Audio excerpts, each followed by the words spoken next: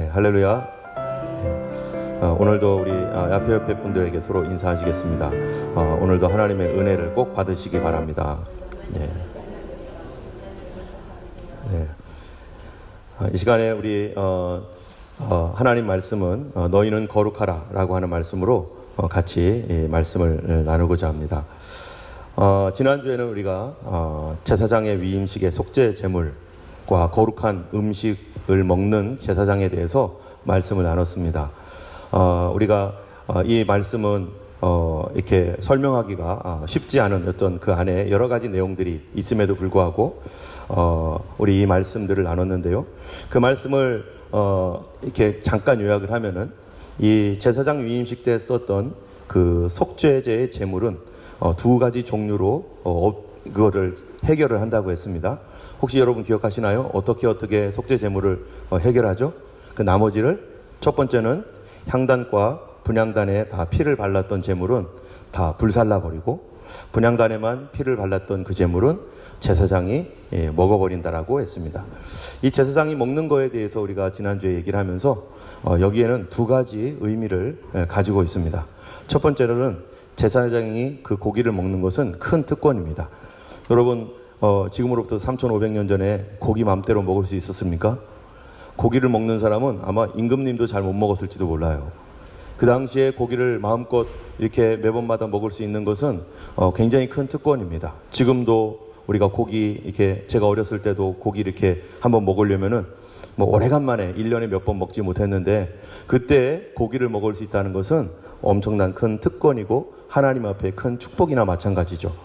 그런데 이 큰 축복과 특권을 이 제사장들이 누리려면 어떻게 했어야 될까요? 바로 레위기서 22장에 우리 요 뒤에 가면은 그 제사장이 이거를 누리기 위해서 자기 자신을 성결하게 해야 돼요. 자기 자신을 거룩하게 해야 돼요. 자기 자신이 성결하지 않고 거룩하지 않으면 이 특권인 고기를 자기는 먹을 수 없습니다.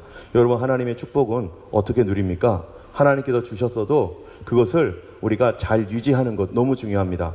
하나님께서 주신 것은 어떻게 유지합니까? 하나님 앞에 거룩함과 성결함으로 그런 것들을 유지해 나간다는 것이죠. 그래서 우리에게 주신 하나님의 귀한 축복과 특권들을 우리 하나님 앞에서 이것을 계속해서 갖기 위해서 초지일관, 처음 하나님 앞에 가졌던 그 마음 버리지 않고 하나님을 경외하며 섬기는 그런 신앙으로 살아가야 된다는 것이죠. 두 번째로는 제사장이 이거를 먹는 것은 회중의 죄를 담당하는 것이라고 말했습니다. 여러분 회중의 죄를 담당하는 이 음식을 성경에서는 거룩한 음식이라고 그래요. 여러분 거룩한 음식은 이코르 깨끗한 음식일까요? 어떻게 생각하세요? 거룩한 음식 이코르 깨끗한 음식 맞습니까? 그렇지 않습니다. 거룩한 음식은 깨끗한 음식이라고 말할 수가 없어요. 왜냐하면은 그 속죄 제물은 죄를 붙은 음식이기 때문이죠. 죄를 위한 음식이기 때문이죠. 그래서 이 속죄 제물은 사람들의 모든 죄를 짊어지고 그 사람들의 모든 죄악을 짊어지고 자기가 그 죄를 자기의 몸으로 품고 죽은 짐승이에요. 그렇기 때문에 이 짐승에게는 죄가 붙어 있는 거예요. 그런데 이 짐승의 고기를, 이 희생제물의 고기를 왜 거룩하다고 하느냐? 바로 그 이유는 그 죄로 말미암아 그가 죽음으로 말미암아 한 영혼이 살기 때문에, 죄를 용서해 주기 때문에. 여러분 의사 선생님들이 여기 많이 있고 또 우리 교회도 또 의사가 되기 위해서 열심히 공부하는 우리 청년도 있는데요. 의사라고 하는 직업이 여러분 깨끗할까요? 수술을 한번 하면은 막 피가 튀기고 또 간호사도 마찬가지죠. 막 여러 가지 막 좋지 않은 이런 것들이 튀기지만 그 직업이 거룩한 직업이죠. 왜 그럴까요? 더러운 것을 묻히지만 그러나 그가 그 일을 통해서 한 사람을 살리기 때문에. 소방관은 어떻습니까? 소방관이 불이 나면은 제일 먼저 뛰어들어가 가지고 거기에 막 그 온갖 이 더러운 것들과 막 그 먼지와 연기 속에서 그가 살아갈 때 그는 가장 위험한 곳에 있고 가장 더러운 곳에 있을 수도 있어요. 그럼에도 불구하고 그가 하는 그 일을 사람들이 참 훌륭하다고 말하고 참 고귀하다고 말하는 그 이유는 그 일을 통해서 사람들의 재산이 보존이 되고 또 죽어가는 사람을 살리기 때문에 그것이 귀한 일인 것이죠. 이 제물이 된 고기가 거룩한 이유는 그 고기가 깨끗하고 순결하고 그것 때문이가 아니에요. 바로 그 고기에 우리 죄를 짊어진 그 희생이 있기 때문에 그 고기가 거룩한 것입니다. 또 이 고기는 그렇기 때문에 위험한 음식이 될 수 있어요. 왜 그렇습니까? 이 고기에 이 죄가 붙어있기 때문에, 더러운 것이 붙어있기 때문에 이거를 감당할 만한 사람이 먹어야 된다는 겁니다. 만약에 그거를 감당할 사람이 먹지 않으면 그 고기로 인하여 위험해지는 거죠. 다시 말하면은 이 성결해야만 이거를 먹을 수 있어요. 이 제사장들이 자기 자신을 깨끗하고 거룩하고 성결하게 해야만 이 음식을 먹는데, 이 음식이 더럽고 이 음식이 죄가 있는데 내가 성결하지 않고 내가 더러우면 그 음식을 만질 자격이 없는 거죠. 그 음식을 다룰 자격이 없는 거예요. 여러분, 우리가 음식 중에서 좋은 음식 중에 하나가 복어 있잖아요. 복이라고 하는 거, 그 복이 이게 배 불룩 나온 거, 거기에 독을 많이 품고 있습니다. 그런데 이거를 다룰 줄도 모르는 사람이 함부로 칼을 대어서 다뤄가지고 복어국을 끓였다고 해보세요. 그러면 거기 있는 사람 다 죽어요. 그 국 먹고 독을 먹고 죽어버려요. 독을 품은 음식을. 그런데 이거를 잘 훈련되고 잘 훈련된 사람이 그 고기를 이렇게 떼어서 독을 제거하고 하는, 그거를 아는 사람은 그 고기를 맛있게 먹을 수 있도록 요리를 할 수 있는 것처럼, 이 죄와 악이 묻어있는, 이러한 그 죄가 묻어있는 이 고기를 자기가 성결하지 않고 자기가 영적으로 깨끗하지 않으면 그 고기를 먹었을 때 어떤 일이 생긴다고요? 죄를 먹는 거라는 거예요. 자기의 죄를 먹고 다른 사람의 죄를 먹는 거 때문에 이것을 먹기 위해서 우리 지난주에 이 제사장들은 이거를 먹어서 소화하기 위해서는 어떻게 해야 된다고요? 자기가 성결하고 깨끗한 삶을 살지 않으면 안 되는 것입니다. 그런데 이런 것을 우리 주님께서 우리를 위하여 희생하신 그 표라는 것이죠. 이런 것들이. 그래서 그 죽어 있는 이 고기, 죄악을 담당하고 짊어진 이 고기는 예수님을 상징하는 것이고, 바로 또 그거를 먹어버린 그 제사장도 예수님을 의미하는 것이죠. 그래서 예수님께서 이 제자들에게 뭐라고 말씀하셨냐면은 예수님을 먹으라고 성경이 얘기했어요. 예수님을 먹어라. 한번 읽어보겠습니다. 내 살은 참된 양식이요 내 피는 참된 음료로다. 내 살을 먹고 내 피를 마시는 자는 내 안에 거하고 나도 그의 안에 거하나니 살아계신 아버지께서 나를 보내심에 내가 아버지로 인하여 사는 것 같이 나를 먹는 그 사람도 나로 인하여 살리라. 예수님께서 우리에게 당신의 살과 피를 먹으라는 거예요. 여러분, 우리가 어떻게 감히 예수님의 살과 피를 먹습니까? 그런데 예수님께서 이 살과 피를 먹으라는 거예요. 그 먹으라는 의미가 뭡니까? 구약시대에는 그 양고기와 이런 그 염소, 이런 죄를 짊어졌던 고기를 실제적으로 먹는 거지만, 오늘 본문에서 예수님께서 말씀하고 계시는 먹는다라는 건 뭡니까? 한번 읽어볼까요? 갈라디아서 2장 20절. 내가 그리스도와 함께 십자가에 못 박혔나니 그런즉 이제 내가 산 것이 아니요 오직 내 안에 그리스도께서 사신 것이라. 이제 내가 육체 가운데 사는 것은 나를 사랑하사 나를 위하여 자기 몸을 버리신 하나님의 아들을 믿는 믿음 안에서 사는 것이라. 나를 위하여, 나를 사랑하사 나를 위하여 자기 몸을 어떻게 했다고요? 버리신. 버렸다는 게 뭡니까? 십자가에 매달려서 내 죄를 짊어지고 그분이 십자가에서 희생당했다는 거예요. 그런데 예수님을 먹는다는 건 뭡니까? 바로 나를 사랑하사 나를 위하여 자기 몸을 버리신 하나님의 아들을 어떻게 한다고요? 믿는 믿음. 그분을 믿는 것이 바로 그리스도를 먹는 것이다 라고 얘기하는 것입니다. 자, 여러분, 예수님께서 우리에게 자신을 먹으라고 할 때 자신의 몸과 살과 피를, 자신의 희생을 너가 먹어라, 너가 먹어라. 여러분, 그렇게 할 사람이 어디 있어요? 이 귀중한 것을. 근데 우리로 하여금 그걸 먹으라고 했다는 그 말은 우리의 신분이 어떻다는 거예요? 예수 그리스도를 믿는 우리 모두가 마치 누구와 같다는 겁니까? 제사장과 같다는 것입니다. 제사장과 같다는 거예요. 이 예수님께서 이제 우리가 믿음으로 먹고 살아야 할 우리의 신앙의 이 음식을 예수 그리스도라고 말하고 있는 거죠. 여러분, 우리의 몸이요, 우리 몸이 살기 위해서는 매일마다 뭐 먹어야 됩니까? 우리가 음식을 먹어야 되죠. 쌀밥도 먹고 고깃국도 먹고 이것저것 먹어야 돼요. 그런데 성경에서 우리 몸만 산다고 다 합니까? 내 죽어있는 영혼을 예수님의 피로 살리셨는데 그 다시 살아난 우리의 영혼이 사는 법은 뭡니까? 우리 영혼은 어떻게 하지만 살아갈 수 있습니까? 어떻게 하면 기도할 수 있고, 어떻게 하면 주님을 순종할 수 있고, 어떻게 하면 성결한 삶을 유지할 수 있고, 어떻게 하면 거룩하게 살 수 있습니까? 아무것도 안 먹으면 조금 있다가 또 쓰러지고 맙니다. 그렇기 때문에 하나님께서 우리에게 뭐라고 얘기하는 거예요? 예수 그리스도에 대해서 이렇게 말합니다. 같이 한번 읽어볼까요? 내가 곧 생명의 떡이로다. 너희 조상들은 광야에서 만나를 먹었어도 죽었거니와 이는 하늘로서 내려오는 떡이니 사람으로 하여금 먹고 죽지 아니하게 하는 것이라. 나는 하늘로서 내려온 산떡이니 사람이 이 떡을 먹으면 영생하리라. 나 줄 떡은 곧 세상의 생명을 위한 내 살이로라 하시니라. 주님께서 뭐를 비유했냐면은 너희 조상들은 광야에서 만나 먹었지. 만나 몇 년 동안 먹었죠? 40년간 먹었어요. 만나 먹고 그들이 그 광야 생활을 했습니다. 이와 마찬가지로 성도들은 누구를 먹으래요?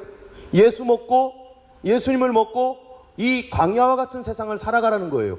예수님을 먹지 않고 살아간다면 우리 자신은 곧 쓰러지는 그런 영양실조에 걸려서 쓰러지고 넘어질 수밖에 없는 존재입니다. 그래서 우리는 날마다 누구를 먹어야 됩니까?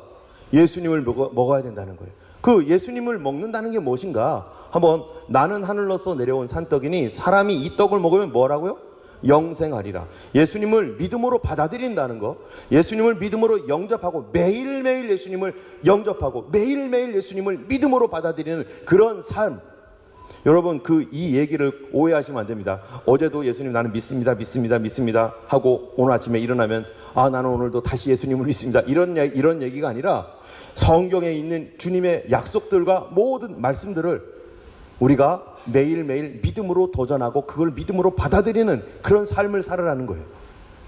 그렇게 매일매일 우리가 믿음으로 살아갈 때, 여러분 오늘 어떻게 왔습니까? 어떤 분은요 여기에 그냥 오신 분들이 있을지 몰라요. 그러나 사실은 믿음으로 온 거죠. 어떤 분은 중요한 약속이 있을 수 있습니다. 그런데 오늘 내가 예배 드려야 돼. 예배를 드리고 나는 이거를 할 거야. 그거 뭘로 한 거예요? 이게 믿음으로 한 거죠. 우리가 하나님 앞에 무언가를 헌신하거나 뭔가를 주님 앞에 더 드릴 때 내 형편이 그거를 할 수 없는 시간과 재정과 형편인데도 불구하고 하나님께서 주신 어떠한 그 믿음의 감동 때문에 내가 이걸 믿음으로 할 거야.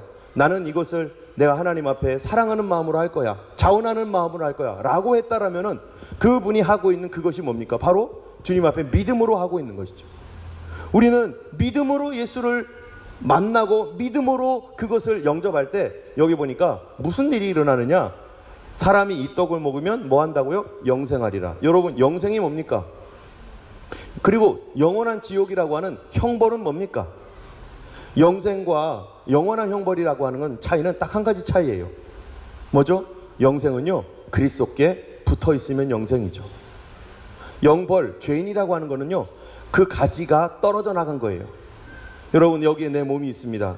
제 몸이요 손가락 끝에부터 발가락 끝까지 다 제 몸이에요. 누르면 아프고 꼬집으면 아파요. 간지르면 간지러워요. 그런데요 여기에서 만약에 이 기타를 치다 보면은 막 이렇게 여기 뚝살이 베겨요. 뚝살이 베겨서 굳은 살이 베겨가지고 이걸 뚝 집어 던져버리면 어떻게 되죠? 이건 내 몸에서 떨어져 나가는 거예요. 떨어져 나가면 어떻게 되는 거예요? 그건 더 이상 내 몸이 아니에요. 어떤 사람이 불의의 사고로 팔을 절단이 될 수밖에 없었다고 해보세요. 그러면 이게 떨어져 나가는 그 순간부터 이거는 내 살이 아니에요. 그러면 나로부터 어떤 것도 공급받을 수가 없어요. 피도 안 들어가죠. 신경도 없죠. 그냥 죽어버린 거죠. 바로 이 죄인이라고 하는 거, 영벌이라고 하는 것은 하나님의 생명에서 떠나버린 거, 하나님의 생명에서 끊어져 버린 것이 이게 죄인이고 영벌이고 그 사람들을 모아다가 그런 사람들을 모아다가 불에 던져 사르느니라. 이게 바로 지옥 형벌이라는 거예요. 우리가 그리스도 안에서 영생을 누린다는 것은 주님께 붙어 있는 거예요. 여러분 아무리 어렵고 힘들어도 꼭 붙어 있으면 어떻게 되는 거예요? 삽니다. 눈곱만큼이라도 붙어 있으면 살아요. 그런데 눈곱만큼 붙어 있는 거를 떼버리면 그 순간부터 끊어지는 거죠. 그 다음 그 순간부터 죽는 거죠. 영생이라고 하는 것은 하나님의 놀라운 은혜와 생명을 내가 누리며 체험하는 것이 바로 영생이고, 그 영생, 이 땅에서 영생의 삶을 살지 못하는 사람이 어떻게 천국에서 영생을 살아요? 내가 여기서 영생이 아닌데 하나님 나라에서 어떻게 영생이에요? 내가 여기서 끊어져 있는데 어떻게 영생이에요? 때문에 여러분이 잘 생각해 보셔요. 나는 지금 예수 그리스도 안에서 영생을 누리고 있는가? 영생의 삶이 뭔지를 내가 느끼고 체험하면서 살고 있는가? 아니면 영생이 뭐지? 하면서 궁금해하면서 아직 영생 나 없는 것 같은데 이러고 있는가?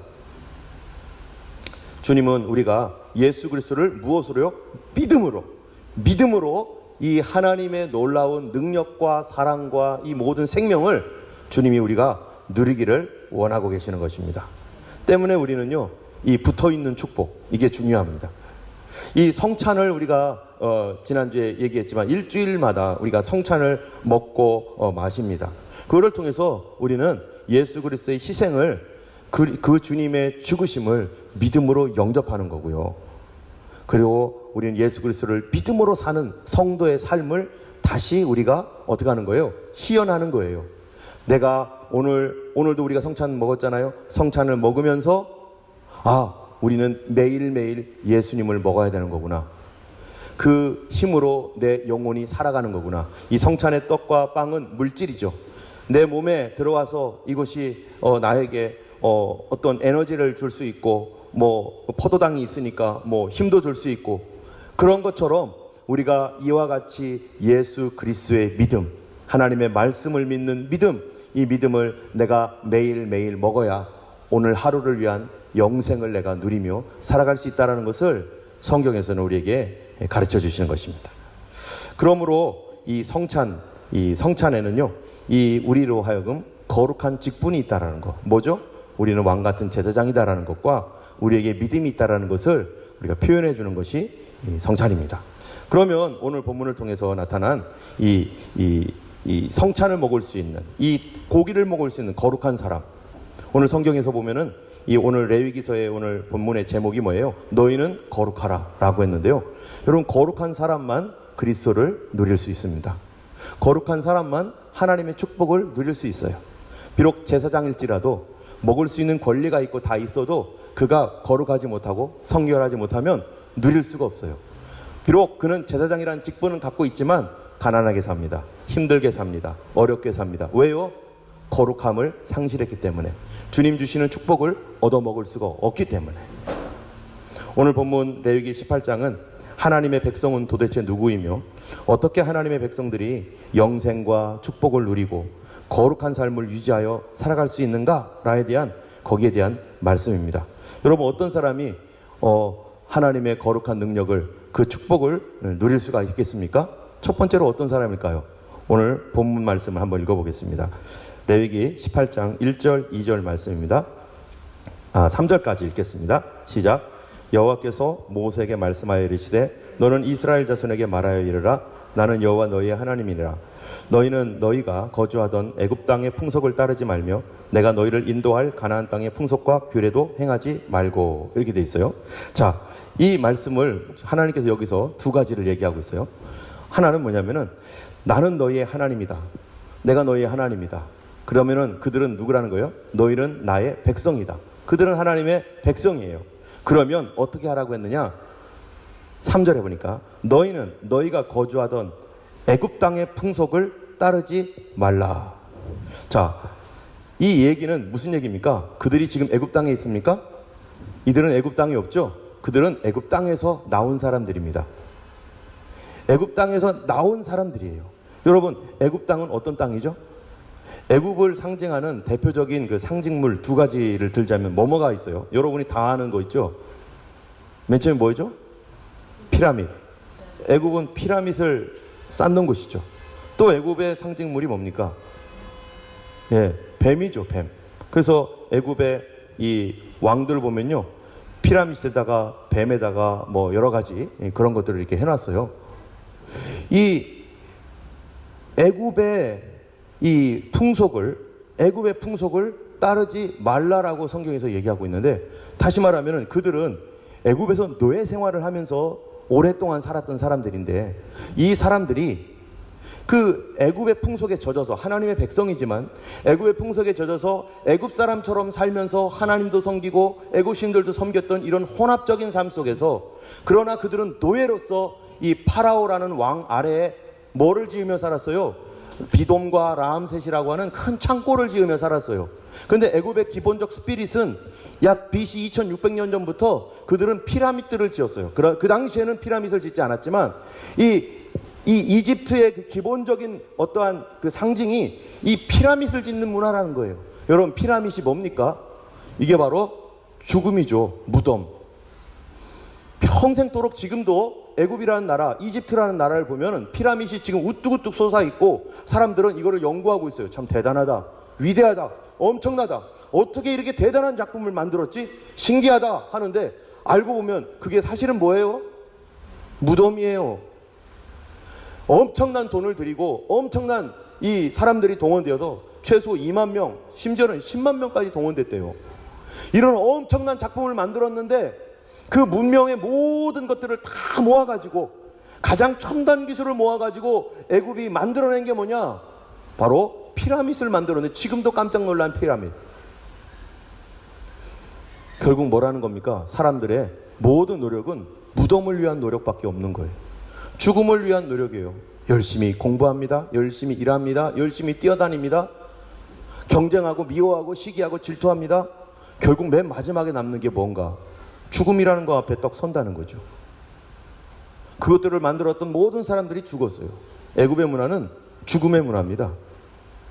죽음을 찬양하는 문화예요. 살아가는 모든 일들이 결국 죽으면 끝나는 거예요. 근데 죽음 앞에 왔었을 때 후회하고 절망하고 왜 내가 그랬을까? 조금 더 그때 좀 참지. 얼마나 많이 후회합니까? 인생이 바로 이와 같이 후회할 수밖에 없다는 거예요. 애굽에서 노예 생활, 하나님의 구원이 임하기 이전에 이스라엘 사람들은 거기에서 똑같은 죽음의 시스템 아래에서 돌아가면서 그 스피릿으로 살았어요. 애굽은요, 두 번째로는요, 뱀의 문화예요. 이 뱀이라고 하는 건 영생을 상징합니다. 또 태양을 상징하기도 해요. 근데 성경에서 보면은 이 뱀이 누구라는 거예요? 뱀이 사단이라는 거예요. 이 인류의 역사 문화 속에서 뱀을 보면은 두 가지 종류로 나옵니다. 첫 번째는 너무 징그러워서 혐오스러운 종류로 뱀을 처리하거나, 또 하나는 뱀이 징그럽지만 두려워서 뱀을 숭배해요. 여러분, 4대 문명에 황하 문명, 인더스 문명, 또 마야 문명, 또 이집트 문명, 여기에 다 보면요, 다 어떤 줄 아세요? 다 뱀이에요. 이 우리나라 왕 여기다 뭘 새겼죠? 용은 뭐예요? 뱀이죠. 중국 황제 어때요? 여기다가 용포, 용이죠. 마야 문명에 가서 이 뭐죠? 마추픽추? 뭐 이런 데 가면 거기 뭐 있어요? 뱀 있죠. 동남아시아에 가서 이 그 앙코르와트 사원이나 이런 데 보면요, 머리가 7개예요. 부처님 그 앞에 그 불교 사원에 가면요, 거기도 머리가 7개 뱀이요. 비를 맞추지 않겠다고 이렇게 부처님을 이렇게 싸고 있는 그런 모습이 있어요. 이집트 어때요? 거기도 뱀이에요. 투탕카멘 가면 보세요. 이렇게 뱀으로 되어 있죠. 권력자, 왕, 권세, 이런 거 다 뱀입니다. 이런 뱀의 문화, 이스라엘이 하나님의 백성이라는 사람들이 그 뱀의 문화에서 살았는데, 노예로 살았는데, 그들이 거기서 해방되어서 나올 가능성이 있습니까? 가능성 없습니다. 그럴 가능성이 없어요. 자기들 스스로 힘으로 해결해서 나올 가능성이 없는데, 거기에 어린 양의 피를 발라서, 인간의 방법이 아니라 하나님의 놀라운 능력으로 어린 양의 피를 발라서 하나님이 그 피를 보고 거기에 누구를 심판하고 누구를 심판하지 말아야 될지를 그 피를 보고 결정을 하셨다는 거 아니에요. 그래서 이집트의 그 더러운 그런 모든 우상 숭배를 통해서 이집트가 심판을 받을 때 하나님께서 어린 양의 피를 통해 그들을 구원하십니다. 이집트는 또한 성적으로 아주 문란한 나라입니다. 그들의 이 왕족 안에서 일어나는 그 일들은 우리가 상상하기 어려울 정도로 그런 못된 일들이 많이 일어나고 있는 곳이 바로 이집트의 성적 타락한 나라예요. 그런 곳에서 그들이 어떻게 하나님의 거룩한 백성이 됩니까? 자기 힘으로, 능력으로 안 되는 것이죠. 이와 마찬가지로 이것이 말하는 것이 뭐냐? 하나님의 구원이라고 하는 것이 나의 힘으로 된 것이 아니라 하나님의 놀라우신 은혜로만 그것이 이루어졌다는 거예요. 오늘 요한일서 5장 19절 말씀 한번 읽어보겠습니다.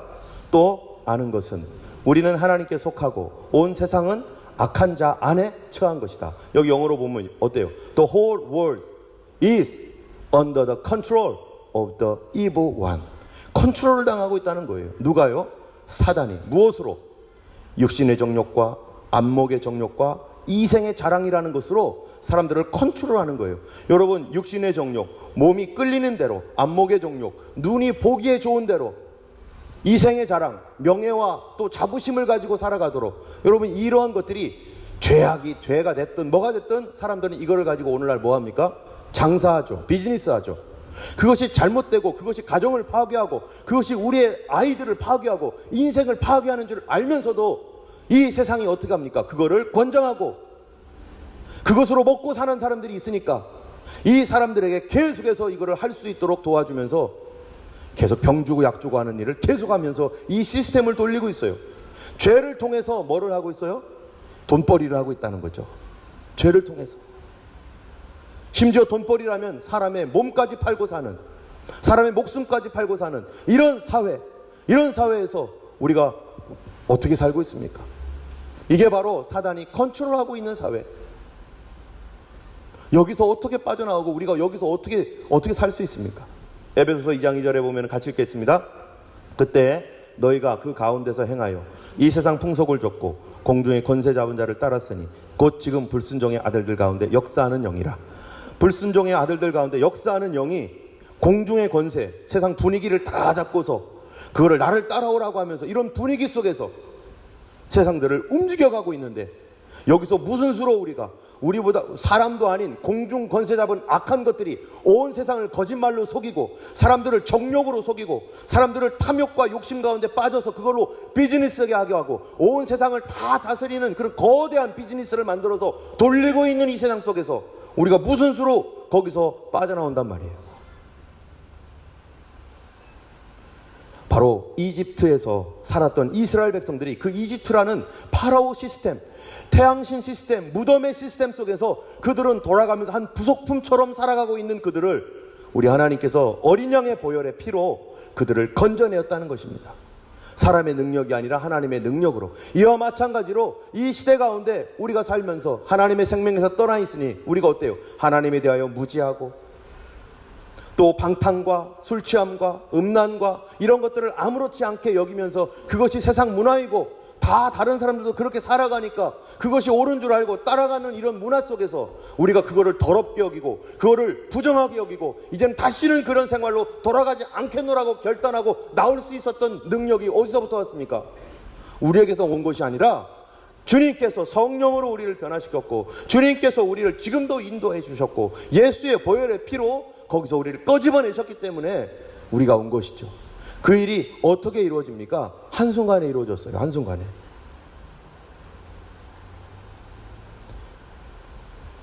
이집트에 있는 그 모든 사람들이 10가지 재앙을 통해서 하나님께서 한 번에 그 일들을 하고 마지막 재앙으로 그들이 거기서 빠져나올 때 어떻게 빠져나왔습니까? 이 무교병, 이 발효되지 않은 떡, 얼마나 급하게 왔으면 발효되기까지 시간도 기다릴 수가 없었어요. 그래서 발효되지 않은 그런 무교병을 먹으면서 그들이 빠져나올 정도로 급속하게 빠져나왔습니다. 우리가 예수님을 믿고 거듭나서 새 사람 되는 것이 어떻게 됩니까? 물론 어떤 과정이 있어요. 죄 때문에 고민도 하고 여러 가지 과정이 있어요. 좁은 길로 가고 교회 나오면서 고민도 하고 왔다 갔다 하지만 어떤 한 날이 있습니다. 어떤 한 순간이 있어요. 그 날로부터 우리가 해방되는 역사를 우리가 경험하게 되죠. 고린도후서 5장 17절 한번 읽어보겠습니다. 그런즉 누구든지 그리스도 안에 있으면 새로운 피조물이라. 이전 것은 지나갔으니 보라 새 것이 되었도다. 내가 새 것이 되었을 때 내가 알아봅니다. 내가 새 것이 되었구나. 우리가 수요일마다 철로역정을 지금 하고 있는데 이 철로역정의 기독도가 어디로 올라가요? 십자가산으로 올라가는데 거기서 그 무겁게 메었던 인생의 모든 고뇌와 죄책감과 고통과 슬픔과 이 모든 것들이 십자가로 가까이 가면 갈수록 어떻게 되는 거예요? 어느 순간에 탁 풀어지는 거예요. 그전에는 이거를 메고서 계속 움직였습니다. 이것 좀 벗어버리고 싶어도 이 죄책감이라든지 이 아픔을 벗어버릴 수가 없었어요. 그런데 이거를 메고 가다가 보니까 어느 순간에 하나님께서 이 메고 갔던 이 짐을 팍 풀어주시는데 그 순간 그가 모든 것에서 해방을 느끼게 되고 이제는 살았다 하면서 구원을 체험하게 되는 것이죠. 물론 그가 좁은 문으로 들어갔을 때부터 하나님의 구원의 역사는 있었지만 그 고통과 괴로움을 지고 갔을 때 하나님이 뭐를 준비하셨다고요? 그를 위한 해방, 그를 위한 영적인 놀라운 체험을 그가 십자가 앞에 올 때까지 주님이 기다리시면서 그거를 준비하고 있는 겁니다. 여러분, 예수님을 믿고 오랫동안 신앙생활 하다가 이건 아닌 것 같은데 내가 어떻게 이게 예수 믿는 게 이런 건가? 이렇게 생각하는 사람일 수 있습니다. 그리고 교회는 나오지만 아직 마음에 어떤 확신도 없고 또 연약해가지고 또 넘어졌고 쓰러지고 이러고 있는 사람이 여전히 계속해서 주님을 붙들고 계속 올 때 하나님이 그 사람을 위해서 준비해 놓은 게 있어요. 그게 뭐죠? 그가 바로 십자가를 체험하게 하는 것을 하나님이 조금 앞에서 준비하고 계십니다. 모든 사람이 이거를 다 경험할 수밖에 없어요. 반드시 경험하게 만들어주세요. 주님께서 우리 앞에 놀라운 일을 준비해 놓으셨습니다. 아직 여러분 가운데 그런 체험이 없는 사람이라면 이 믿음 갖고 계속 걸어가세요. 계속 주님 앞에 걸어가세요. 하나님께서 그거를 나를 위해서 놀라운 십자가의 은혜를 준비해 놓으신 것입니다. 그랬을 때 무슨 일이 일어나느냐? 내가 새 피조물이 된 걸 알아요. 여러분, 내가 예수 그리스도 안에서 새로운 피조물이 될 때 생각해 보세요. 세상이 바뀌는가? 내가 주님을 만나고 모든 죄짐을 풀었고 내 영혼이 거듭나서 새 사람이 되었을 때 세상이 바뀌나요? 내가 바뀌나요? 내가 바뀌어요. 세상은 안 바뀌어요. 세상은 그대로인데 나의 세계는 바뀌어버려요. 구원받지 못한 세계에서 구원받은 세계로 옵니다. 마치 캄캄한 동굴에서 막 가다가 갑자기 이 철로 기차 타고 가면 동굴을 막 지나가다가 저 앞에 뭐가 있어요? 동굴 끝이 오면 빛이 확 비추는 것처럼 이 캄캄함 속에서 계속 가다가 어느 순간에 하나님이 나를 구원하시는 은혜를 내가 느낄 때, 알 때, 바로 내 죄의 짐이 다 풀어질 때 갑자기 동굴을 빠져나오듯이 나는 내 인생은 새로운 사람이 되고 새로운 세계를 경험하게 되고, 그것이 뭡니까? 하나님과 나와 연결되어 버린 그런 놀라운 경험을 하게 되는 것이죠. 그것이 바로 내가 알게 되고, 나 새 피조물이야, 나 새 사람 되었어, 나 새로운 세계에 살아, 이렇게 담대하게 말할 수 있게 되는 것입니다. 근데 우리가 한 가지 알고 있어야 되는 게 있어요. 나는 새로운 세계에 살지만 이 세상은 하나도 안 바뀌었다는 것입니다. 이 세상은 여전히 똑같다는 거예요. 다만 내가 새로워져서 새로운 반응을 하고 새롭게 바라보게 된다는 것이죠. 그렇기 때문에 여러분, 이 3절에 보면 뭐라고 되어 있느냐, 이렇게 되어 있어요. 너희는 너희가 거주하던 애굽 땅의 풍속을 따르지 말며, 거기서 나왔잖아요. 그런데 보세요.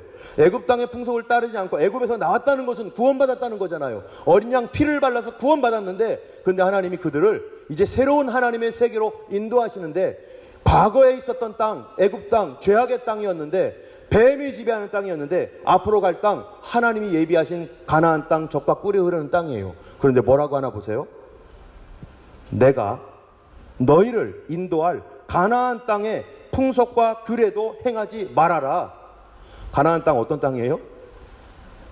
분명히 하나님께서 젖과 꿀이 흐르는 땅, 그들의 소원을 갖고 기도해왔던, 자유를 갈망해왔기 때문에 자유로운 땅, 그들에게 모든 것을 넉넉하게 부어주시는 풍성한 응답의 땅, 풍요로운 땅, 이 가나안 땅이 이런 땅인데 하나님께서는 그 땅에 대하여 두 가지를 얘기합니다. 첫 번째로는 그 땅, 어떤 땅이라요? 가나안 땅의 풍속과 규례도 행하지 말아라. 그 땅도 어디랑 똑같다? 이집트랑 똑같다. 이집트보다 더하다. 이집트보다 더해요. 오히려 그 땅, 이집트보다 못한 땅이래요. 또 땅의 환경이. 한번 볼까요? 왜 못한가? 같이 읽겠어요. 시작. 네가 들어가 얻으려 하는 땅은 네가 나온 애굽 땅과 같지 아니하니 거기서는 너희가 파종한 후에 발로 물대기를 채소밭에 댐과 같이 하거니와 너희가 건너가서 얻을 땅은 산과 골짜기가 있어서 하늘에서 내리는 비를 흡수하는 땅이요 내 하나님 여호와께서 권고하시는 땅이라 새초부터 새말까지 내 하나님 여호와의 눈이 항상 그 위에 있느니라. 이게 무슨 말입니까? 가나안 땅의 환경에 대해서 얘기해줘요. 네가 원래 있었던 애굽 땅은 어떤 땅이에요?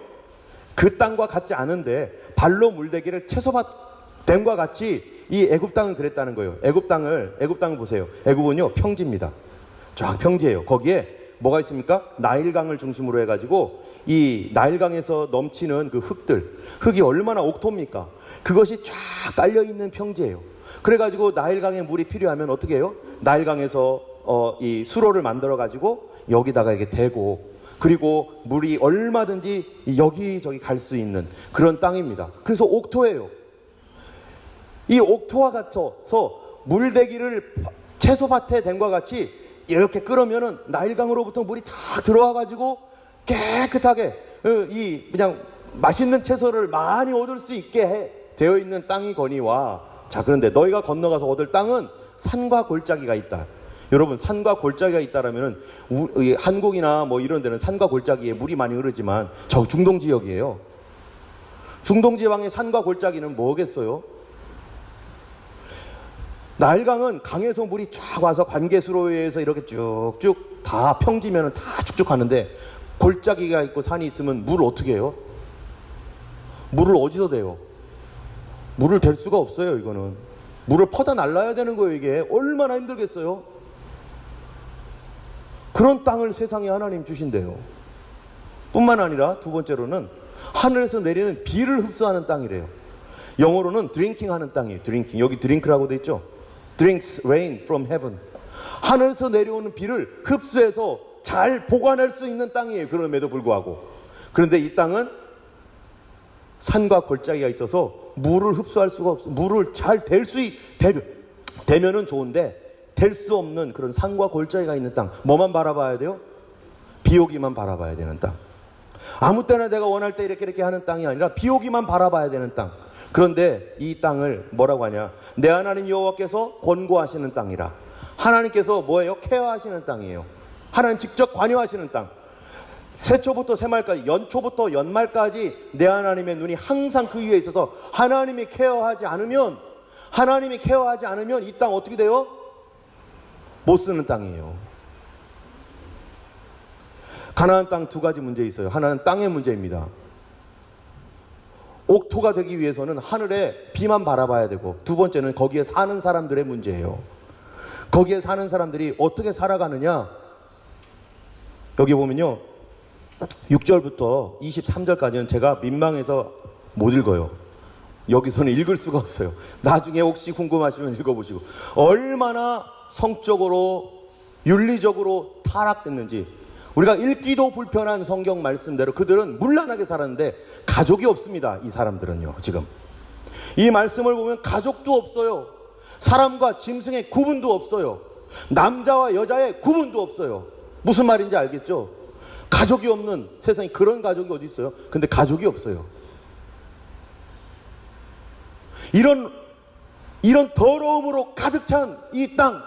그러다 보니까 무슨 일이 생겨요? 온갖 질병이 난무합니다. 온갖 더러운 질병들이 난무하는데, 그리고 온갖 어려운 일들이 있어요. 가정 안에서 아이들이 고통을 받아요. 자기 부모님 때문에, 자기 할아버지 할머니 때문에, 자기 이웃들 때문에 여자아들이 죽을 고생을 하면서 고통을 받고 아무한테도 말하지도 못하고, 그런데도 그거를 아무렇지도 않게 여기는 사회. 심지어 인신제사까지 합니다. 아이들을 몰래 납치해다가 자기 축복을 위해서 아기를 바쳐요.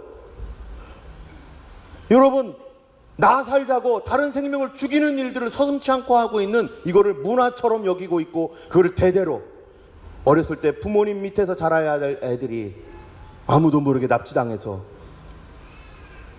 그런 것들을 서로 행하고 온갖 더러운 범죄들이 가득하는 이 땅을 어떻게 심판하지 않겠어요? 이런 땅을 하나님께서 주시겠다는 거예요.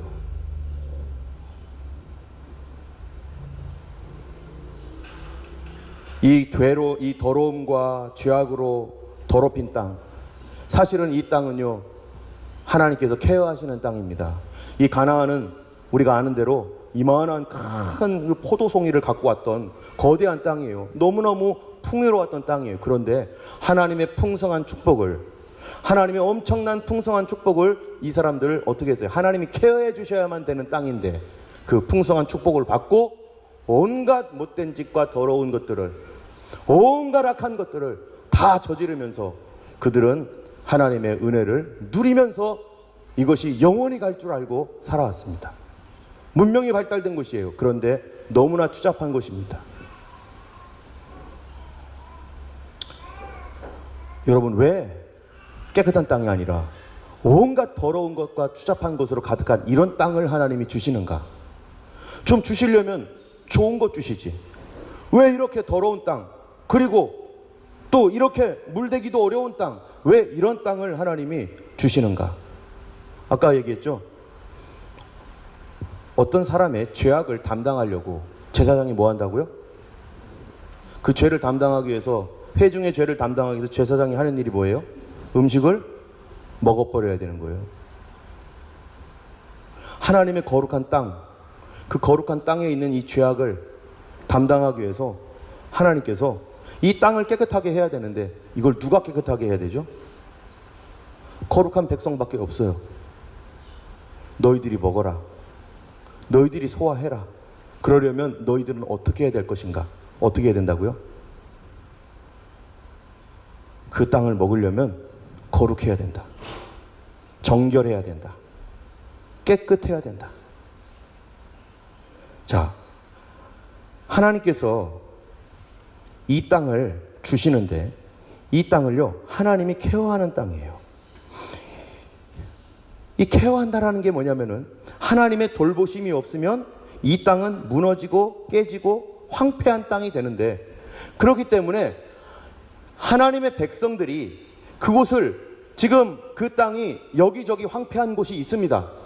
그 땅을 정말로 젖과 꿀이 흐르는 땅, 축복의 땅, 자유의 땅, 풍성한 땅이 되게 하려면 이거 누구와 관계가 좋아야 돼요? 하나님이 케어해 주시는 땅이에요.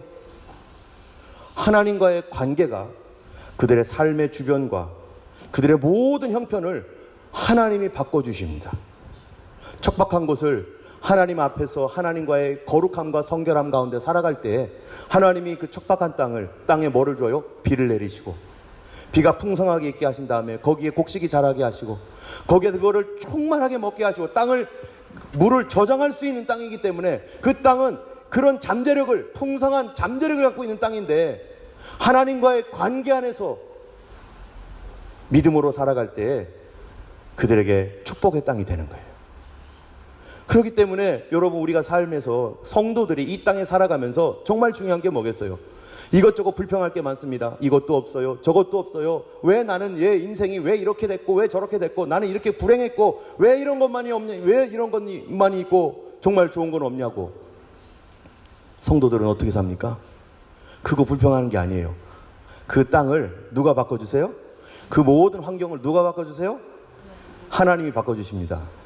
나와 하나님 사이에 올바른 관계 안에서 살아갈 때 하나님은 내 주변에 있는 자녀들, 아내와 남편, 부모님, 나의 직장, 이 모든 것들 주님이 바꿔주세요. 할렐루야. 우리는 이거를 우리는 이것을 체험해야 됩니다. 그런데 그렇게 되기 위하여 하나님께서 뭐라고 했다고요? 너희들은 가나안 풍속과 규례도 행하지 말아라. 가나안 땅에 가면 그런 사람들이 있다. 그런 사람들 본받고 따라가지 말아라. 그런 짓을 행하지 말아라. 여러분, 하나님께서 축복으로 주신 땅에 갔더니 유혹이 심하네. 하나님께서 나에게 축복을 주셨는데 이 축복과 함께 유혹도 같이 왔어요. 우리 주변에 내가 이겨야 되는 죄에 대한 유혹도 같이 왔어요. 이 유혹과 내가 타협할 것인가? 이 죄와 내가 타협할 것인가? 그곳은 내가 성결함으로 그 땅을 바꿔주시는 하나님의 놀라운 역사를 체험하는 것입니다. 거짓말과 타협하지 말아야 되죠. 불신앙과 타협하지 말아야 되죠. 하나님께서 주시는 은혜라는 것은 바로, 놀라운 체험은 바로 이와 같은 체험을 합니다. 여러분이 간증을 듣는 많은 사람들이 있을 거예요. 많은 간증들을 들을 겁니다. 근데 그분들 보세요. 그분들이 하나님의 축복받고 죄 진탕지면서 살다가 거기서 간증합니까? 아닙니다. 이 사람들이요, 유혹에서 승리한 사람들이에요. 어려움에서 승리한 사람들이에요. 그래서 어떤 분들이 그런 얘기를 해요. 고난은 위장된 축복이다, 이렇게 말하죠. 저는 옛날에 어렸을 때 예수 믿고 한 10년 정도 지났을 때 이런 얘기를 들을 때 웃었어요. 무슨 소리야, 고난은 고난이지. 지금은요, 정말 그래요. 내가 경험해 보니까.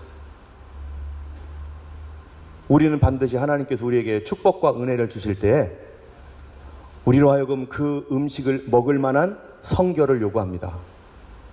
그 음식을 먹을 만한, 소화할 만한 성결함이 없으면 그 축복이 오히려 나에게 뭐가 돼요? 독이 돼요. 분명히 하나님 자녀긴 한데 어렵게 살아요.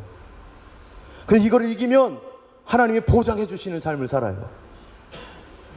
제가 호주에 처음 왔었을 때 재정적으로 아무것도 없었습니다. 근데 그때 타협하지 않고 하나님 앞에 정직하게 순종했었더니 하나님께서 그거를 해결해 주시더라고요. 제가 여기 있었을 때 영주권이 없어가지고 막 힘들었었을 때 타협하지 않고 하나님 뜻대로 가겠나이다.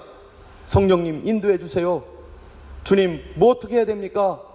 하고 하나님 말씀 앞에 순종하며 따라갔더니요, 하나님이 다른 사람들보다 훨씬 빨리 나오게 하고 100% 불가능한 일을 100% 가능하게 만들어 보셨어요.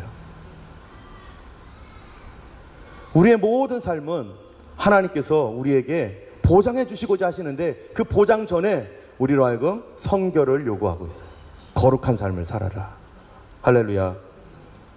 우리가 구원받았지만 우리의 환경은 동등합니다. 하나도 안 바뀝니다. 나만 바뀌었을 뿐이죠. 그런데 하나님께서 이제 어떻게 살아라는 거예요? 내가 바꿔줄 테니까 너 거룩한 삶을 살아봐라. 내가 역사할 테니까 너 성결하게 살아봐. 내 말대로만 해봐. 내가 너를 세계 모든 민족 위에 뛰어나게 할 것이고 너는 내 이름을 높이는, 나에게 영광을 돌리는 사람이 되게 할 거다. 주님이 이렇게 말씀하는 것이죠. 여러분, 로마서 3장 23, 24절 읽어보겠습니다. 모든 사람이 죄를 범하였음에 하나님의 영광에 이르지 못하더니 그리스도 예수 안에 있는 구속으로 말미암아 하나님의 은혜로 값없이 의롭다함을 얻은 자가 되었느니라. 죄를 범하면 하나님의 영광을 보지 못합니다. 죄를 범하면. 여러분, 이거를 통해서 하나님은 누구인 줄 우리가 알아야 됩니다. 여러분, 하나님은 누구이십니까? 하나님은요, 심판하시는 하나님입니다. 우리는 하나님의 심판에 대해서 소홀하게 생각합니다. 여러분, 가나안 땅이요, 그런 더러운 일들을 자행하고 번성하고 있었어요. 온 땅을 다 덮는 수많은 울부짖음과 고통과 괴로움, 아이들이 거기서 죽어나가고 인신매매 당하고 제물로 바쳐지고 가정이 파괴되어지고 부모 자식도 없어지는 이런 엄청난 죄악을 그들은 지면서도 영원히 번성할 줄 알았어요. 하나님이 이것을 그냥 두지 않습니다. 이 더러운 문화, 이 죄로 오염되어 있는 이거 하나님 절대로 그냥 두지 않습니다. 그래서 하나님께서 심판하시는 거죠. 예레미야서 우리 한번 읽어보겠습니다. 같이 읽겠습니다. 그러므로 그들의 길이 그들에게 흑암 중에 미끄러운 것과 같이 되고 그들이 밀침을 받아 그 길에 엎드러질 것이라. 그들을 벌하는 해에 내가 그들에게 재앙을 내리리라. 여호와의 말이니라. 여러분, 하나님은요, 거룩하신 하나님입니다. 그 하나님의 땅에 그들이 들어와서 온갖 더러운 죄악을 난무하게 짓고 있는 이런 모습들을 하나님이 그들이 이것을 영원토록 짓지 않도록 하나님 허용하지 않는데요. 우리도 그래요. 여러분, 우리가 집이 깨끗하죠? 아마 다 깨끗할 겁니다. 그런데요, 똥파리 하나가 밥을 먹는데 계속 왱왱거려요. 여러분, 어떡하죠? 똥파리가 왱왱거리면. 그래, 파리야, 너도 먹고 싶지? 내 밥상에 와서 같이 먹으렴. 이럽니까? 그 똥파리가 어느 똥에 앉아서 어떤 발로 어떻게 뭐를 비볐는지. 죄송합니다. 조금 이따 밥 먹어야 되는데. 그 똥파리가 어느 썩은 음식에 올라가가지고 거기서 팔을 비비며 뒹굴며 놀았는지 우린 몰라요. 근데 그놈이 우리 집에 들어와가지고 알을 까고 왱 거리면서 우리 집 크니까 뭐 요만한 거 그거 하나 뭐 어때 괜찮지 라면서 놔둘 사람 있습니까? 하루 종일 왱 돌아다니면은 밥 못 먹어요. 밥 못 먹어. 하나님의 땅에, 하나님의 거룩한 땅에 들어와서 그 땅을 더럽히며 온갖 추잡한 일들을 다 하고 수많은 사람들을 번성시켜가지고 하나님의 땅을 가득하게 가지고 똥파리처럼 막 그렇게 막 헤집고 돌아다니는 그 땅을 하나님께서 가만히 두실까? 우리 같으면요, 참지 못합니다. 근데 하나님은 참고 계셨어요. 하나님이 참고 또 참고 계셨어요. 여러분, 왜 참는 줄 아세요? 같이 한번 읽어볼까요? 주의 약속은 어떤 이에 더디다고 생각하는 것 같이 더딘 것이 아니라 오직 너희를 대하여 오래 참으사 아무도 멸망치 않고 다 회개하기에 이르기를 원하시느니라. 지금 똥파리가 계속 왱왱거리며 돌아다닐 때 참다가 언젠가는 반드시 그 똥파리가 나가지 않는 한, 변화되지 않는 한, 뭐로 변화되지 않으면요, 꿀벌로 변화되지 않는 한 우리는 분명히 칙 하든지 파리채 갖고 탁 잡아버릴 거예요. 변화되지 않는 한. 온갖 더러운 죄를, 허물을 그렇게 지고 살아가고 있는 사람들, 지금 우리가 그러면서도 이 세상이 멀쩡하게 지금 잘 진행되어 가고 있죠. 우리는 그런 죄를 짓고 있는 사람들이 아직도 활보하면서 돌아다니면서 겉으로는 멋있게 입고 속에서는 온갖 추잡한 일을 하고 있는 사람들이 그냥 다니고 있죠. 나도 어떤 속에는 그런 더러운 죄를 품고 있지만 그러나 그냥 다니고 있습니다. 그런데요, 이 기간이 무슨 기간이에요? 하나님 당장이라도 심판하실 수 있습니다. 그런데 하나님이 불쌍히 보시는 거예요. 지금 하나님이 우리를 불쌍히 봐주는 기간이에요. 긍휼히 봐주는 기간이에요. 근데 언제 긍휼이 끝날지는 모른다는 거죠. 도적같이 오리라 말씀하신 대로 언제 이 긍휼이 끝날지 모르는 거예요. 우리는 마치 무엇과 같습니까? 하나님의 긍휼의 실 아래, 긍휼의 실 한 오라기를 딱 하나님 붙잡고 있고 언제든지 놔버리면 끝없는 나락으로 어떻게 된다고요? 미끄러져 내려간다. 여러분, 얼음이 얼려있는 언덕을 오른다고 해보세요. 지금 어떻게 버텨있지만 한 번 미끄러지면 완전히 머리가 박살납니다. 제가 예전에 저희 고모랑 같이 그 뚝 있죠? 이렇게 여기에는 이제 물이 있고 이렇게 뚝으로 만들어놨어요. 그럼 여기 물이 있고, 저는 이 고모는 좀 키가 컸기 때문에 물속에서 수영을 하는데 고모가 저를 여기다 두고 자기 혼자 수영하러 갔어요. 근데 여기에 물이끼가 있는 거예요. 그래서 여기가 맨들맨들하면서 물이끼가 얼마나 미끄러운지 제가 거기서 불안해가지고 이거 어떡하지 막 하고 있다가 아니나 다를까 살짝 몸을 살짝 틀었더니 팍 미끄러지면서요, 이 뚝 아래로 굴러 떨어져 버렸어요. 팔이 다 부러졌어요. 죄악을 밥 먹듯 짓고 있고 죄를 회개하지 않고 살아가는 사람들이 바로 미끄러운 곳에서 계속 불안해하고 있는데, 다만 하나님의 긍휼이 그를 지금 붙들고 주고 있을 뿐입니다. 언제 끝나겠습니까? 우리는 모릅니다. 이 시대가 이렇게 악하게 되어가는데 하나님의 긍휼이 지금 살짝 붙들고 있는 거예요. 뭐 하라고요? 멸망받지 말으라고, 이제는 회개하라고, 용서받으라고. 우리의 삶은 불안한 삶이죠. 믿지 아니하는 자들의 모든 삶들 뿐만 아니라 죄악을 품고 살아가는 사람들의 삶이 바로 이와 같습니다.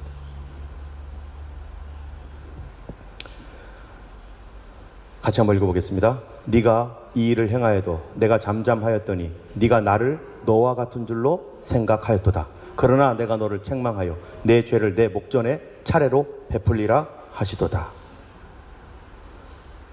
하나님은 우리와 같지 않습니다. 지금은 긍휼의 때입니다. 언제 이 긍휼이 끊어질지는 아무도 모릅니다. 그러나 하나님 은혜 안에 들어온 사람들은 하나님께서 그 생명을 보장하실 뿐만 아니라 그에게 뭐를 주세요? 가나안 땅을 진짜 축복의 땅으로 바꿀 수 있는 놀라운 선물을 하나님 예배해 놓으셨어요. 이거를 위해서 우리는 죄와 싸워야 되고, 하나님 주신 은혜를 계속해서 그 영생을 누리면서 살도록 하기 위해서 하나님은 우리에게 가나안 땅 본받지 말아라, 가나안 백성들 하는 거 본받지 말아라. 그래서 이스라엘 백성이 들어갑니다. 들어갈 때 무슨 일이 일어나죠? 전쟁이죠.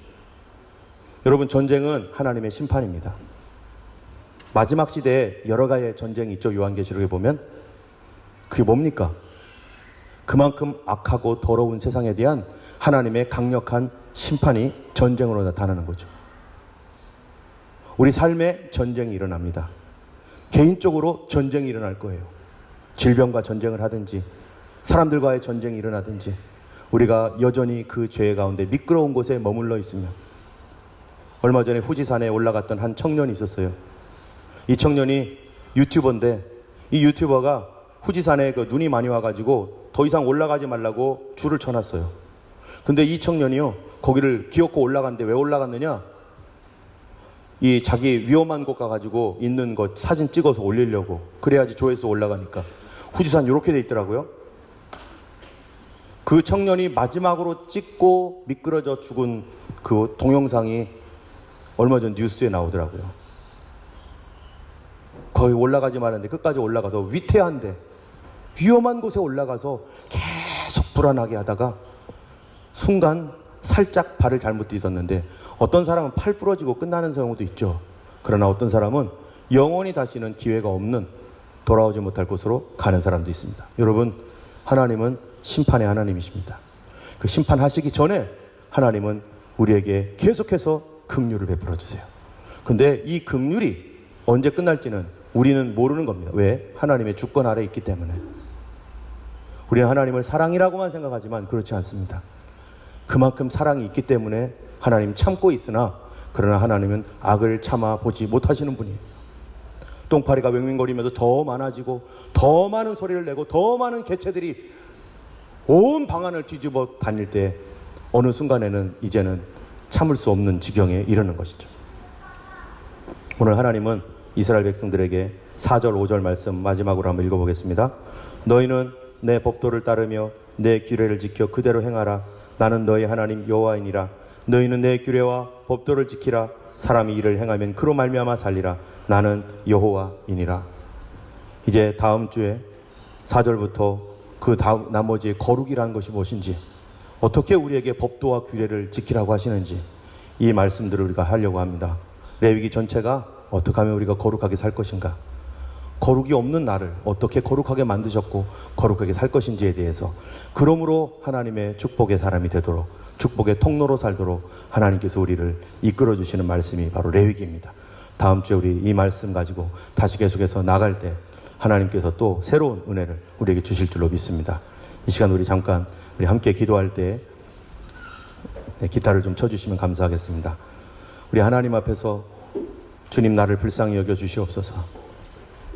우리가 하나님 아직도 미끄러운 곳에서 내가 조금만 발을 잘못 디디면 넘어질 수밖에 없는데, 아직도 그곳에서 빠져나오지 않고 지금까지는 괜찮으니까 앞으로도 영원히 괜찮겠지라고 하는 안일한 생각으로 살아가고 있다면, 주님, 주님의 이 긍휼의 시간에 내가 돌아올 수 있도록 내 마음을 바꿔주시고 긍휼히 여겨주시고 그 시간을 연장시켜 달라고. 또 우리 가족들 가운데 그런 사람이 있다면 그들을 위해서 기도하시고, 우리 하나님 앞에 우리 그 긍휼의 은혜를 계속해서 가져가지 아니하시고, 주님, 우리를 긍휼히 여기시옵소서. 우리 함께 기도하겠습니다. 할렐루야. 하나님 앞에 감사합니다.